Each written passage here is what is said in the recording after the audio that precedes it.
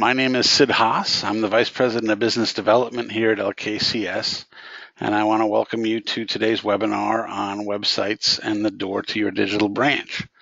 We're going to be focusing today on talking about user experience and kind of some of the latest, web design trends, web development trends, and how you can improve your websites, for user experience. Improve the user experience on your sites. So for those of you not familiar with our company, we've been working with financial institutions since the early 1960s. We provide a wide variety of services from traditional to digital marketing, statement processing, and e-statements.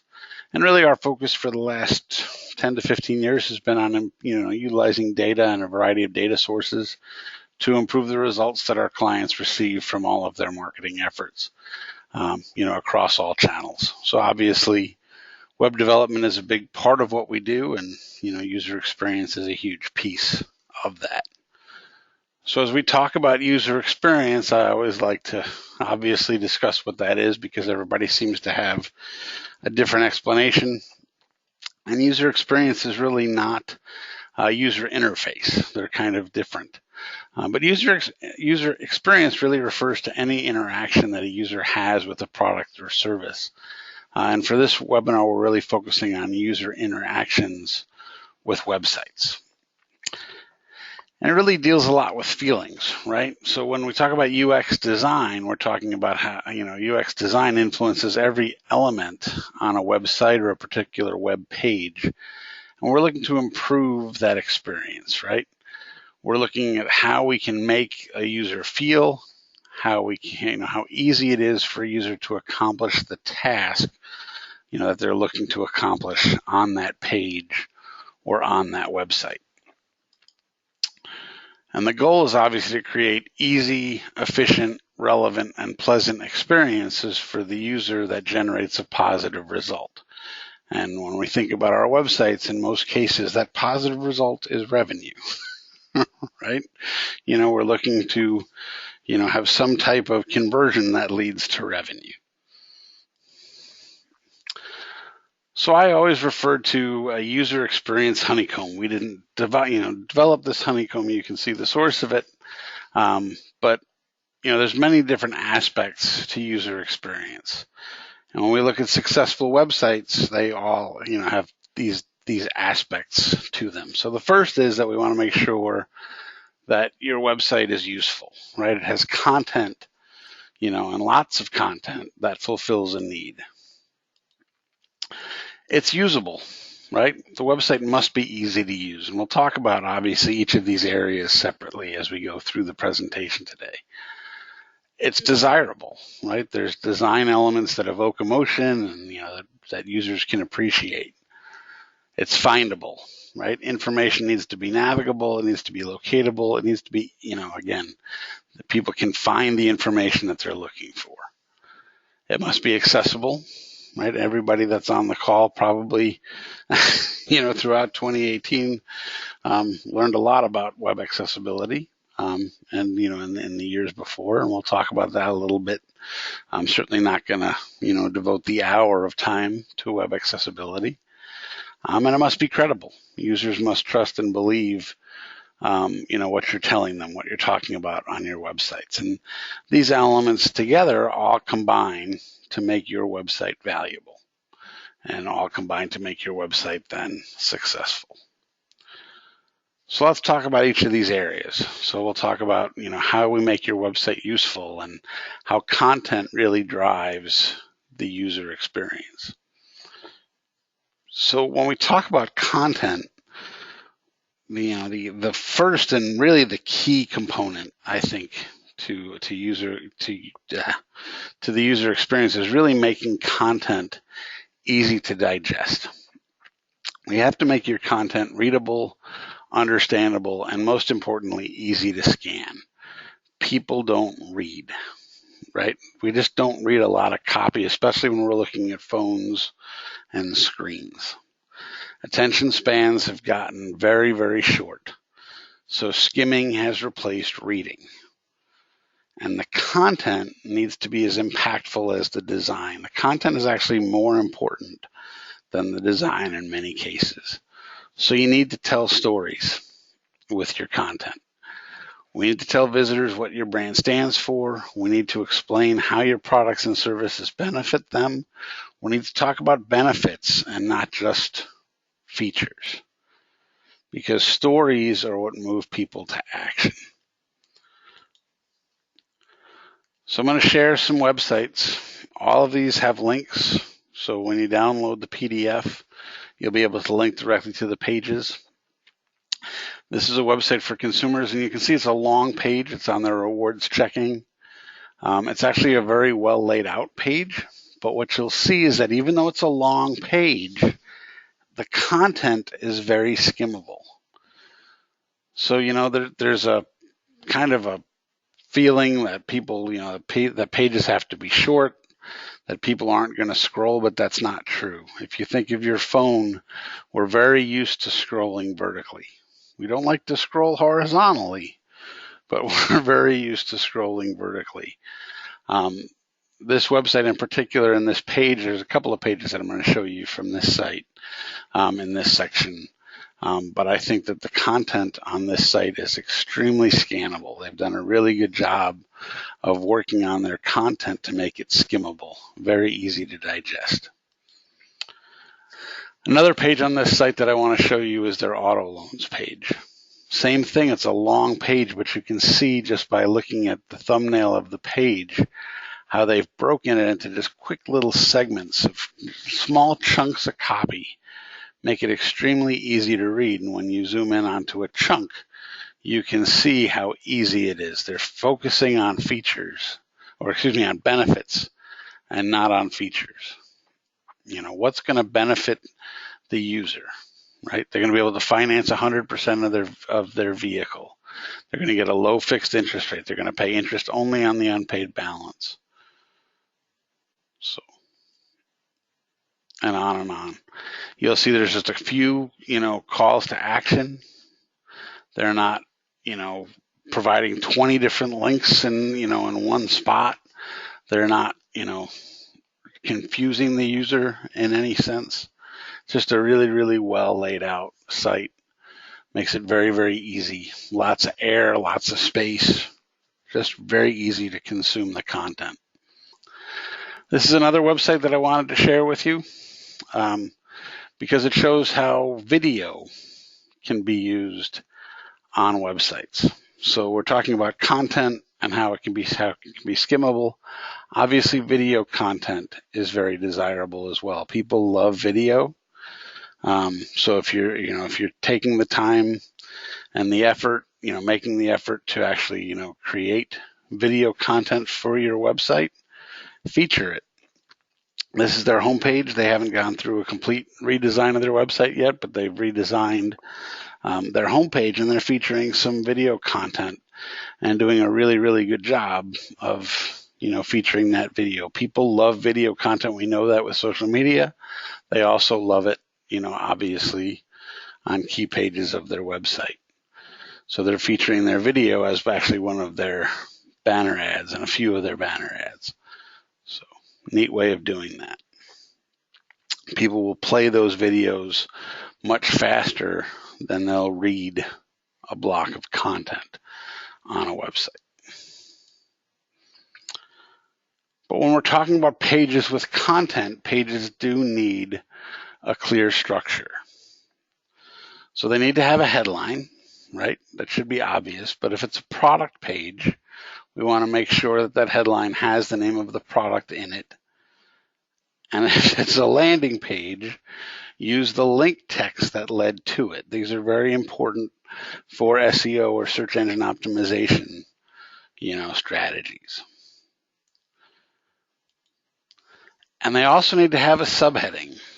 So if it's a product page, make that subheading like a single sentence product description. And if it's a landing page, a summary of what benefits that visitor is going to receive, on that page or from that service, or, why are they there? Why, what are they going to benefit from? And then a benefit summary. Again, focus on benefits and not on features. So on the product page, describe those products' benefits, and on the landing page, what's the benefits of the user taking the desired action? If the desired action is to apply or open an account, what's the benefits of the user doing that? Or leaving their contact information, whatever the benefit is. On the landing page, typically there's a form or some type of action you want them to take on that page. So what's the benefits of them doing that? Features can be included on product pages, but they're only going to be found on those pages, and it's going to include more details regarding that product or service. And obviously, we are going to include calls to action. So on your product pages, those are going to be various actions that a visitor can take by opening an account or subscribing to your newsletter. And on a landing page, you're typically going to only have one desired action that you want that visitor to take. You're just going to want to be careful and not have too many calls to action on your product pages. You don't want to overwhelm your users or confuse them, and you do want to direct them down a logical path, to eventually that actual action, that end action that you really want them to take. So I'll show you what this looks like. This is a typical page that you might see, on one of your websites that I think has, that type of defined structure that I'm talking about. So you'll see that it has a headline, right? It's their auto buying center. It has a subhead, right? Let us simplify the auto buying process. And it talks about some of their benefits. Now, granted, I think the benefits copy could be a little bit better, but it has some. And then obviously there's a few calls to action. Maybe they could be called out a little bit better, but you'll see there's, a button and a couple of links, but obviously the goal is really for them to compare their rates and their payments or apply for an application, apply for the loan or contact them. So again, as we talk about content, I think, here's a little checklist that you can go through as you evaluate your pages and your websites. So what is the promise of the page, that you're evaluating? Does it deliver on that promise? Imagine what questions visitors have that led them to this page, and are you answering those questions? Is your voice, the language that you're using on the page all about your institution or all about your visitor? And it's important to stop saying we and start saying you. Is your content easy to look at? I think this is the key one. Is it skimmable? Can readers find that bit of information that they need? And how complex is your language? Is it full of jargon, right? We know that the banking industry and the credit union industry is full of jargon, full of acronyms. So we need to simplify that and make sure that we're friendly with our language. Do you have one call to action? Do you have many that compete? What really do you want your users to do next? And limit those calls to action. And if it's a product page, does it actually describe the product and accurately describe the product? So let's go into usability, because usability allows your visitors to accomplish the goals. What drove them to their to your website in the first place? So when we talk about usability, I think Google is obviously a terrific example of usability. When you go to Google's homepage, what do you see? Right? We typically see one box. You know what to expect. You're going to put it in your search terms, your phrase, and you're going to get your search results. And why does usability matter? Well, again, we'll use Google as an example. So the latest statistics that were available were as of the end of June. Google controlled 88.08% of U.S. search engine market share. The other search engines don't even matter. We know that Google's going to give us the results we're looking for, so we use it. It works. So simple interfaces help users accomplish their tasks. If we make the design intuitive, we can provide a nearly effortless understanding of how the site works. Right? Think Google. Okay. We need to make it easy for first-time users to do what they need. We don't want to have to explain how a site works. We don't want to have people have to fumble around, to understand how something works. We need to have them understand the first time they visit, from the first click. We need to make things efficient. We need to reduce the time and effort required for even experienced users to complete tasks. And I'll show you examples. And we need to make things memorable. So when users come back, are they going to remember how to use your site in future visits? And we need to obviously prevent errors. So we need to design the site to help users avoid making mistakes in the first place, and if they do, to obviously help them recover from them. And obviously we want to improve satisfaction, because we know that if we can help people, enjoy your website, we're going to drive conversion rates, which is obviously the goal. So usability tips, as we've already talked about, users will scroll down the page as long as it's clear that there's additional relevant information, quote unquote, below the fold. You don't necessarily want to make your pages too long, but again, as we saw with the example from the consumer's website, if the page is enjoyable, if it's organized well, people will have no problem scrolling down. If it's just packed with, text, paragraphs and paragraphs of text, they're not going to do that. Mobile is a must, right? At least probably 50% or more of your visitors are visiting your site on mobile devices. They're coming in on their phones. They're not coming in on their desktop computers. So mobile interface elements must be designed so that they're easy to tap. They're not too small. They're not too close together.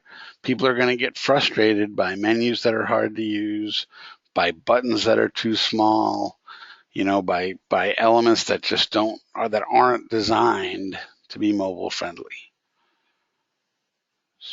So you need to test that, and applications and forms especially. If form elements are too small, radio buttons are impossible to click in some cases. So you need to make sure that your forms are designed appropriately. Icons help people recall functionality, but you have to remember to label them. They need to have a text description underneath them, because not all icons are obvious, for what they mean. And watch your analytics. We know that customers don't always pay attention to their analytics. And remove features that aren't used, or change their position in your menus. If pages aren't being used, or if parts of pages aren't being used, take them off or move them, do things with them, or obviously improve them to get them to be used. So here's examples of icons that I'm talking about. And I think there's good examples and bad examples on here. The example on the left with the icons that aren't labeled, it's not exactly obvious what all of those icons are for. But when you label them, it becomes a lot more obvious about what you're expecting a user to do and what that user is going to be able to do when they come to that website.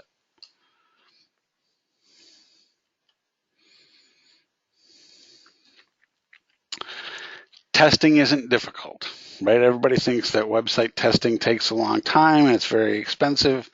But as it turns out, actually having 5 users test your website, or test a web page or a form or a calculator or whatever it is that you're programming, 5 users will turn up 85% of your problems.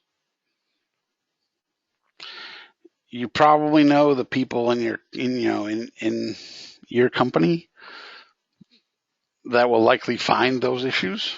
Those are the 5 people to have tested.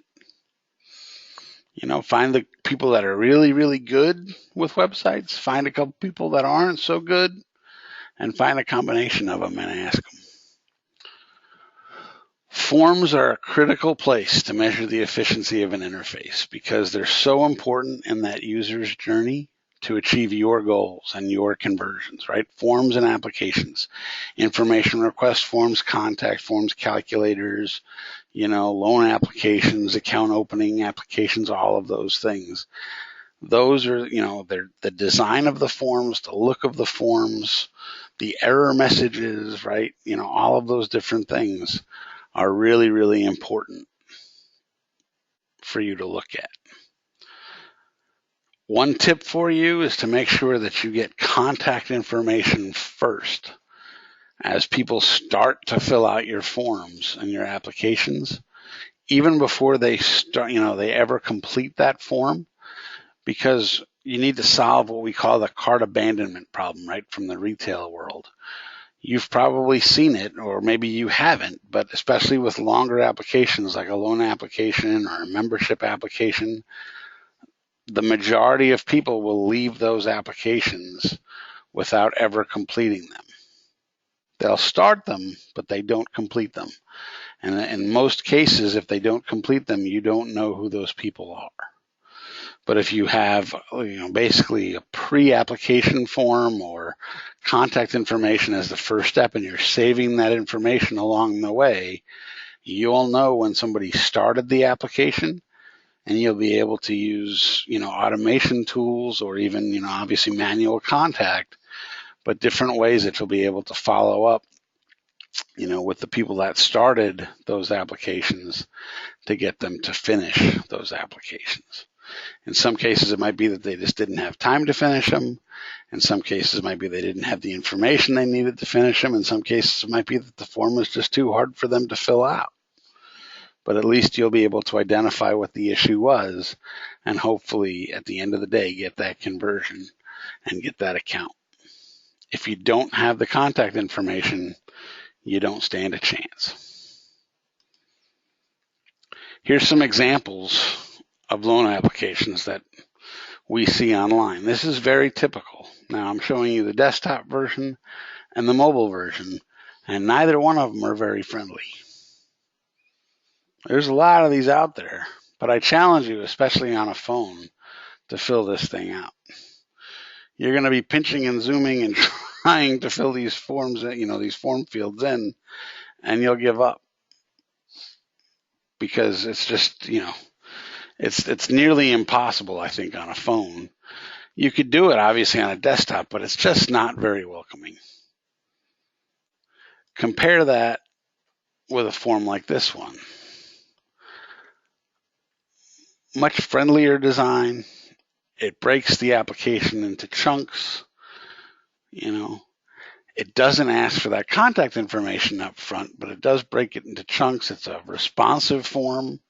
So on a mobile device, it's friendlier. So you're able to fill it out, on mobile.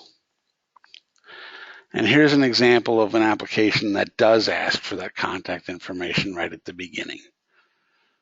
I think this is a much more successful approach because, again, if the user abandons that application before finishing it, they've got their contact information right at the beginning.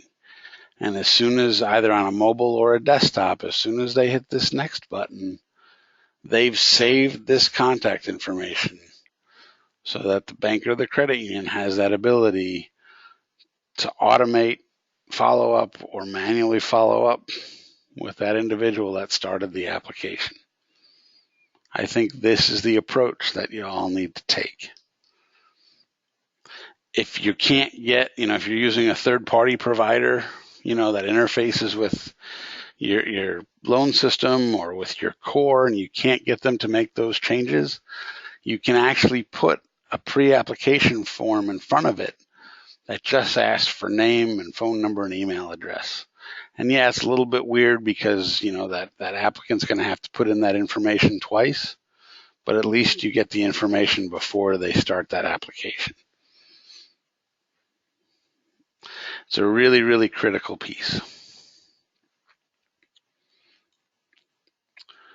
Let's talk about browser compatibility because it really does have an effect on usability as well. So obviously there's some major browsers out there, and we all want to make sure that our sites are designed to be compatible with all of the major browsers, right? We hear it all the time, right? We see it all the time. And you've probably heard and seen that Internet Explorer is a problem. Well, Microsoft is making some changes. So just so you know, Edge, Microsoft Edge, which is the newest browser of theirs, is being redeveloped to be based on Chromium. It's actually out already, for developers. It'll be released fairly soon. So Edge is actually becoming Chrome. It'll always be called, it'll still be called Edge, but it'll essentially be Chrome. And Internet Explorer, according to Microsoft, is not a modern browser. So in February, Chris Jackson, who's Microsoft's worldwide, security guy, came out in a public post and said that Internet Explorer is a compatibility solution, that Microsoft is not supporting new web standards for it. And while many sites work just fine, developers aren't testing for Internet Explorers, they're testing on modern browsers. So Microsoft has no plans to make Internet Explorer be compatible with new web standards, which is very interesting.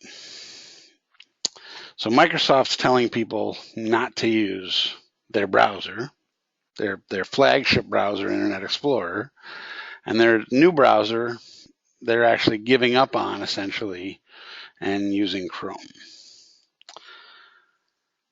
Have you heard of Chase? If you visit Chase using Internet Explorer, you'll actually see this message at the top.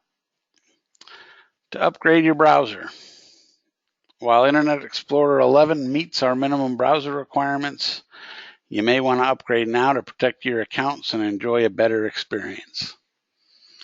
They're actually telling you to go get Chrome or Firefox. We're seeing that more and more. That's actually because of their online banking provider. But Internet Explorer is going to be going away. You're going to see, we suggest that, it's really, you start kind of planning to have your website no longer support that browser, because it's just more and more difficult for web developers to design for it. It's not impossible at this point, but with Microsoft telling you that they're dropping support for it, it's going to be, become to the point where that day is coming. And when you see, very large companies like Chase sending that message out, that day is coming sooner rather than later. So when it comes to usability, here are the questions that I think you need to ask. Can visitors quickly tell what to do when they land on your site? It says 2 seconds or less. Really, it's about a half a second or less that they'll give you when they come to your website. Can they tell exactly what they need to do? Can visitors find information or products easily on your website? Is your company logo linked to your homepage? I mean, that sounds like a standard, but we still see sites where it's not. Is your site responsive so it looks good on smartphones and tablets? Do the pages load quickly? Are the most important elements of your site visible without scrolling down or from side to side? So while we say that people will scroll vertically, critical information still needs to be visible at the top. And really scrolling from left to right is not a good idea. Does your site look good when viewed with all the popular web browsers? Now, while I'm knocking on Internet Explorer, there's still about 20% of people that use it. So, it's still one of those things to test for. Are ads and pop-ups unobtrusive? This is one of those things that can drive people away. You can use them occasionally, but if you're using them all the time, especially those pop-ups, it's going to drive people away from your site. Findable. So let's talk about how we can make sure that your content is easy to find, because people don't come to your site, like I say here, to play hide and seek. So when it comes to navigation, we obviously always have an obvious way to access the navigation menu. So consider using sticky menus, the ones that travel down the page, especially on long web pages, so that there's always a menu visible. We don't want to hide login or search features inside menus. We want to keep those visible all the time,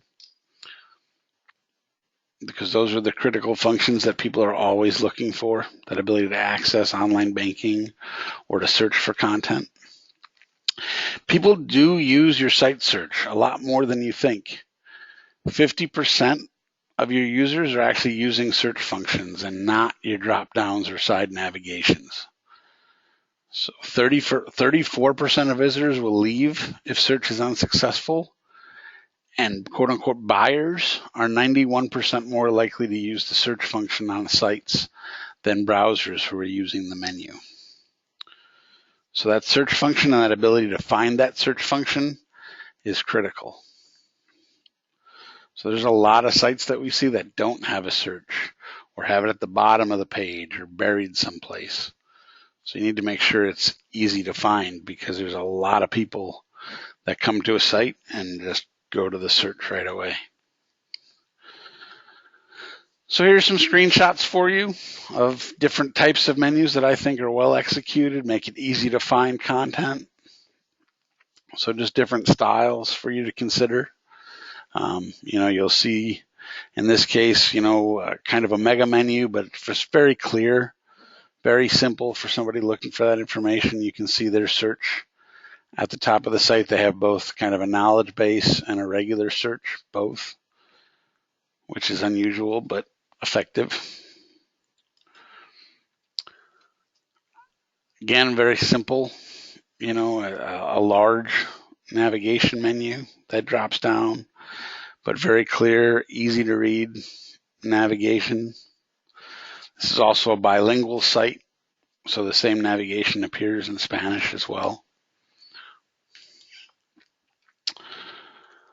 A smaller drop-down navigation, but I like the little call, the little kind of special call-outs in each one of the menus. So the areas that kind of they think that make them a little bit different, they call out, specifically.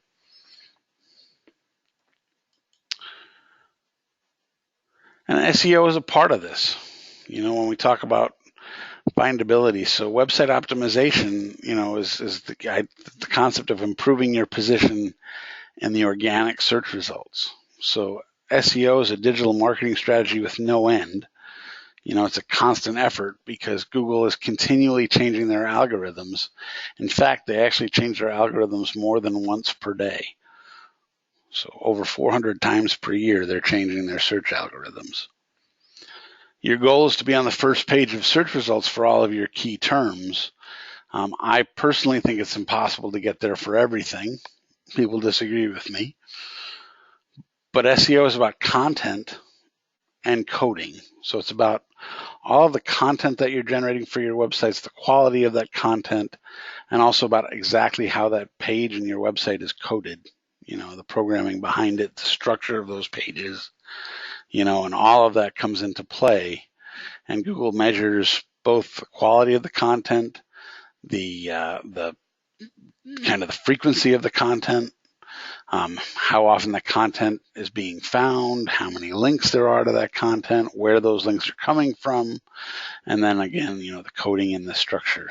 All of that comes into, into Google's algorithms and a lot more. Findability is also about organization, how the content is organized, on the site, not just in the navigation menu, but related links on your pages must be relevant to what users need. So when you're on a page, what links are there to other content that's related to that page? And you really want to limit the number of related links at a maximum of 5 to 7. We'll go to websites and we'll see, 10 other pages listed as related. And it's just too much for people to absorb. Product finders are helpful. So give users tools, to filter down and drill down to really identify which product is most useful for them. For example, if you're on a retailer site looking to buy a pair of shoes, you would filter by the style of shoes you're looking for, by the shoe size, by the color, by the heel height, all those different attributes of shoes you would use to filter down to find the appropriate, the best pair that you're looking for. So think about how you might be able to use that, in a product selector, for some of your products. So I'll show you some examples. So, this is a firefighters credit union website on their auto loans page. I just think, that their calls to action, the way this page is organized, makes the content very, very easy to find. Their related links are appropriate. Just a really, really good organization driving people to, appropriate content. Makes it very, very easy for people to know what to do and to find, the content that's appropriate for them. Here's a mortgage product finder. So, somebody comes to Century Federal's website, they're looking for a mortgage loan. They can make their decision on whether they're looking to purchase or refinance, and it walks them through a decision tree. So it explains now what type of mortgage. So it would explain as they mouse over, are they looking for a fixed rate or an adjustable rate? It explains what those mean. They can make their choice. And then it goes through what type of property are you looking to finance? They continue through that process. How much do you want to put down? And eventually it will take them to the appropriate product rather than them having to know exactly what they're looking for. So it's a great way to drive people to the appropriate decision. And then again, in this case, giving them rates and that apply now button or that questions button, that request a consultation. We're seeing obviously, now we're building in the ability to book appointments and all sorts of things, for people to engage directly with, your loan officers or your frontline staff.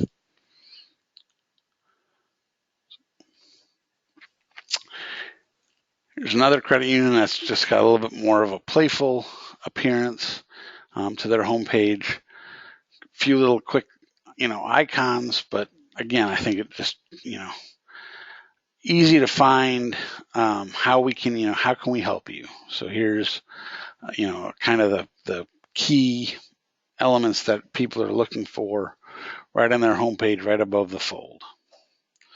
So they're advertising their latest products and services, their latest specials with their banner ads, a few featured rates, but then, their key actions. How can we help you? What are you looking to do today? And they can find that immediately, and they'll know the next time they come back, they'll remember exactly where those actions are on the website. So when it comes to findability, is the navigation clear and consistent on the website? Do you have a site search? Is it easy to access? Does it work well? Are the number of buttons and links on your pages and within your navigation menus reasonable? If there's too many links, you might want to remove some on the pages. If the navigation menus have too many links, you might want to add some more top-level items or think about how you can rearrange that navigation. Are text links underlined and easy to identify? Are navigation labels clear and concise? People know exactly what those menu items are. And are related links on the pages relevant to the visitor? So let's talk about design and desirability. So we need to create obviously an enjoyable online experience through design. And Steve Jobs obviously said that design is not just what it looks like and feels like. Design really is about how it works as well. So desirability triggers want. So people do make impulsive purchases to satisfy their desire. They purchase things because they want them. But people's emotions are a hugely important factor in their decision making. And we know that aesthetics and design influence perceived value. So, visual design is very, very important. And an irresistibly attractive design plays a huge role in impressing users, and it definitely drives conversions. So the typography you use, the colors, the icons, the illustrations, the images, they should all communicate a consistent brand personality. So you need to decide what your brand is and then keep that all consistent throughout all of your pages. Your layout, your headings, your style, they all must be consistent across the entire site. And when you're using colors, those colors should have the same meaning. For example, don't use red headers on one page and red links on another and red text somewhere else. You don't want to mix those up. You want to keep that consistent. And nowadays, that's where, cascading style sheets with web design really help, because we can set those styles and program those styles, and those are locked in, for you across the site. So when it comes to design guidelines, design's obviously in the eye of the beholder. Everybody has a different opinion. So I'm not here to tell you what makes good design or not. But with colors, you don't want to use too many. So the handbook of Computer-Human Interaction recommends using a maximum of 5 colors. I would say you might want to use less than that, but that's up to you. Typefaces, you want to make sure they are legible. And like colors, you don't want to use too many. Kind of a maximum of 3. And you don't want to use too many sizes either. Now we are seeing, in web today, we're still seeing that primarily for copy that there's sans serif typefaces, the ones without the little handles right on the letters. But we're seeing now more and more headlines, large, fonts that are using serif typefaces. So those are kind of making a comeback, especially at very large sizes. So depending on what your branding guidelines state, you can work with your designers on choosing different typefaces. And don't add graphics willy-nilly. So, you want to make sure that when you're adding graphics that they actually help users complete a task or understand content. Don't just throw a piece of clip art or, a stock photograph on there just because you think you need a photograph. If it doesn't contribute to the story or it doesn't contribute to the content, you don't necessarily need to have one. So you definitely want to maintain a visual hierarchy. So organize elements so visitors gravitate towards the most important things on your page. You want to adjust the position and the color and the size to lead visitors toward those calls to action, right? You want to lead them to the path that you want them to take. And also obviously lead them to, absorb the content and read the content that you want them to read. But, make sure that you're positioning those buttons and those calls to action where you want them, where you want to attract their attention, where, so they can read a paragraph of text, or, a few bullets and then see that button for that apply now or that contact you or whatever that call to action is that you want them to take. We've all become comfortable with very specific design standards. So it's important that you still follow kind of those conventional practices. So you do want to keep your main navigation at the top or left of your site. You don't really want to mess around with that, right? Don't put it at the bottom. Don't put it on the right. There are some sites that are successful at that, but they're few and far between. Have your logo at the top left or the center of your page, right? We don't really want to mess around with that. We see customers that play, for example, with the positioning of their online banking logins, and then after a site launches they'll be like, well, we've got users calling saying they can't find where the online banking login is. And we're like, yeah, because they're used to finding it either at the top left or the top right of your website. So when you move it to the bottom, it's hard for them to find. Link your logo to your homepage. We've talked about that before. Change the color of appearance on links when you mouse over them, right? So have them get underlined or change the color on a hover. Obviously, that doesn't work on mobile, so you need to have some other treatment potentially to make sure that people realize what links are. So here's some examples, for you to look at again of, I think, pages that do a good job of that. This is just a savings and, a share accounts or savings accounts page. Again, I just think it's well laid out, very clear, does a good job. Very simple. Here's another, simple page, for a disaster relief page at the time. So, different layout, but even the design of the little image at the top is driving your eye right down to the content, they want you to read. The content is organized well. We can see what the heading is. We can see what the subheading is. The bulleted content, is easy to absorb. And then the call to action buttons really stand out at the top of this page. So we'll talk for a few minutes about accessibility. It is obviously still critical to make websites accessible for people with disabilities. I'm sure everybody on the call is well aware of this subject, because obviously you were all targeted, unfortunately. But people with disabilities must be able to use websites effectively. We know that all users must be able to perceive, understand, navigate, interact with, and contribute to the web. And obviously, we must provide equal access and equal opportunity to people with disabilities. So that sounds easy until we realize how people with disabilities actually use our websites.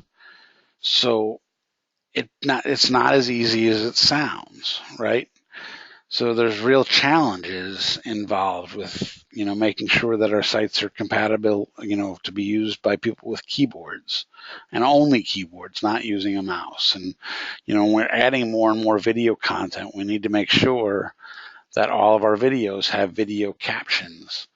And we need to make sure that we have large links and buttons and controls, and that all of that can be enlarged.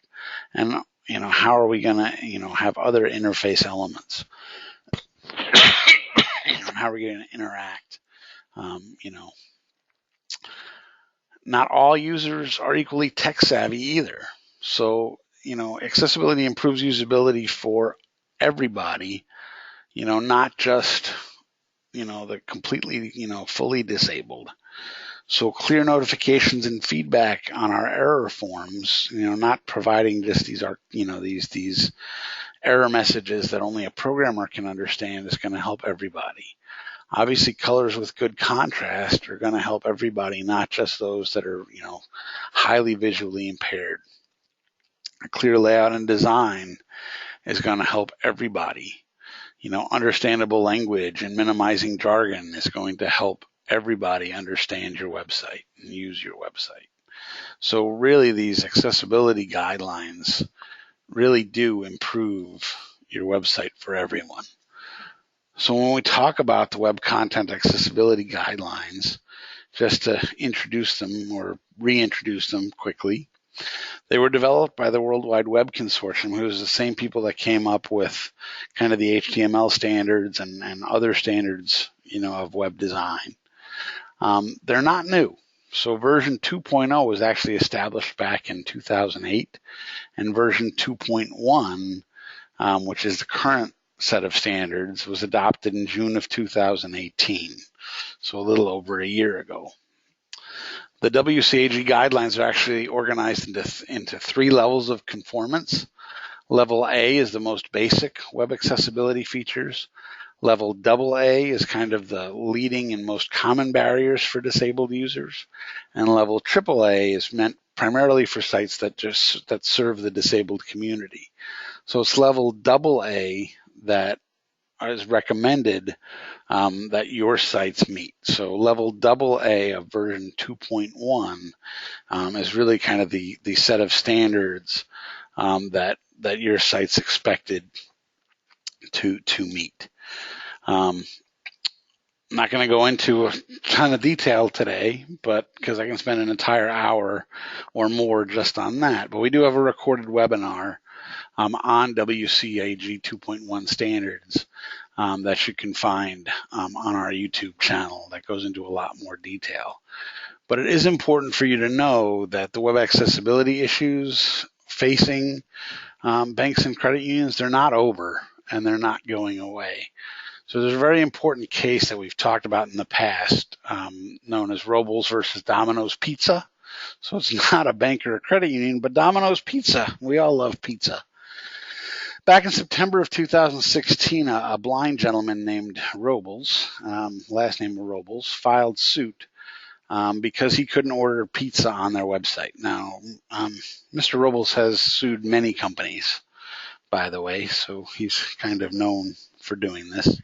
Know that he doesn't do it for money, because in any web accessibility cases, the plaintiff actually doesn't get any damages.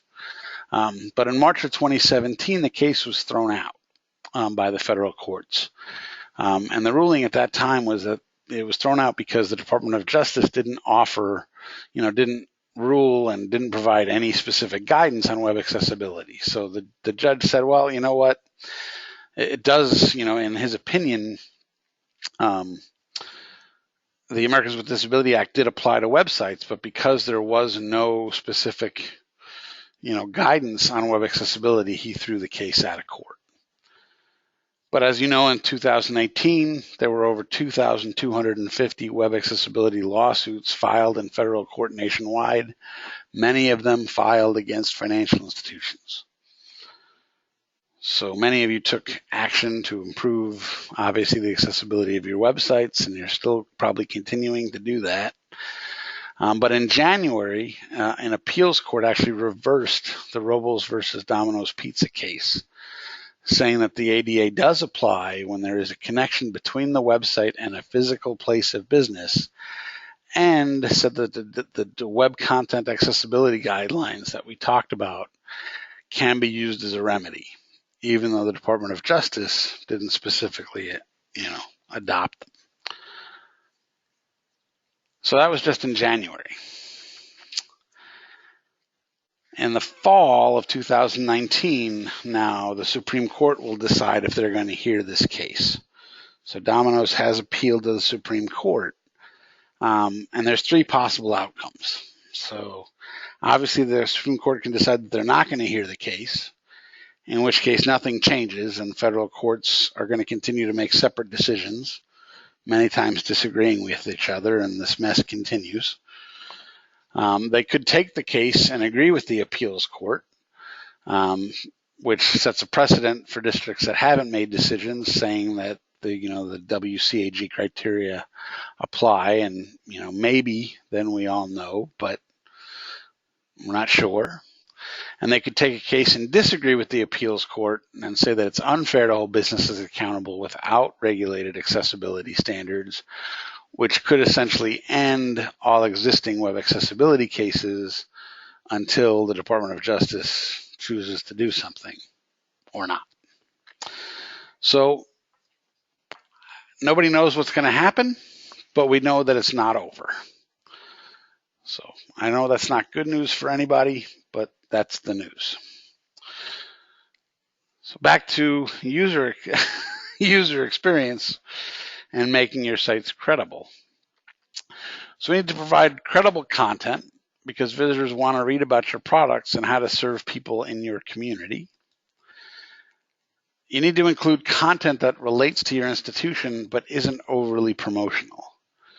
So photos need to be relevant to you as well. It's very easy, obviously, to find stock photos these days, but stock photos don't really tell the story about you. So if you can, obviously find photos and use photos about your institution, but provide value.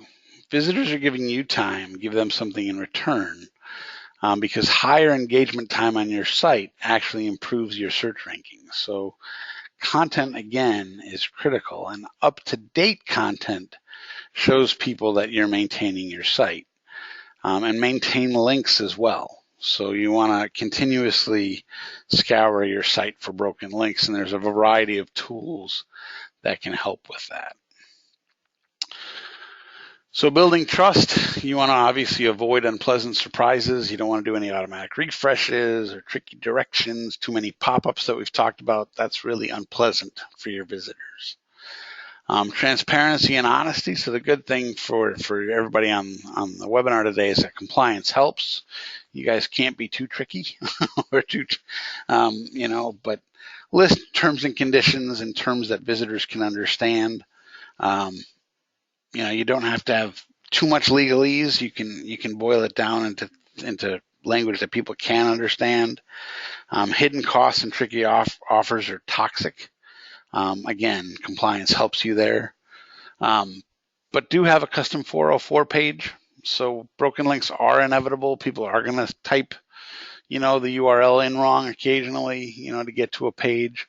So display an attractive page with links to your home page and a search box and things like that, instead of just, the page not found error that they're going to get. So here's some examples. You got to the wrong spot, right? There might be a typo in your address. If you click on a link that might be out of date, but here's where you can go.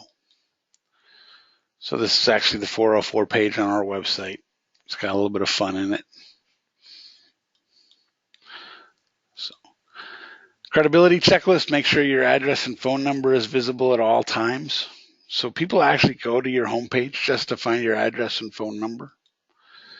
Make it very easy to contact you with prominent contact links. Reply quickly when people do fill out forms on your site.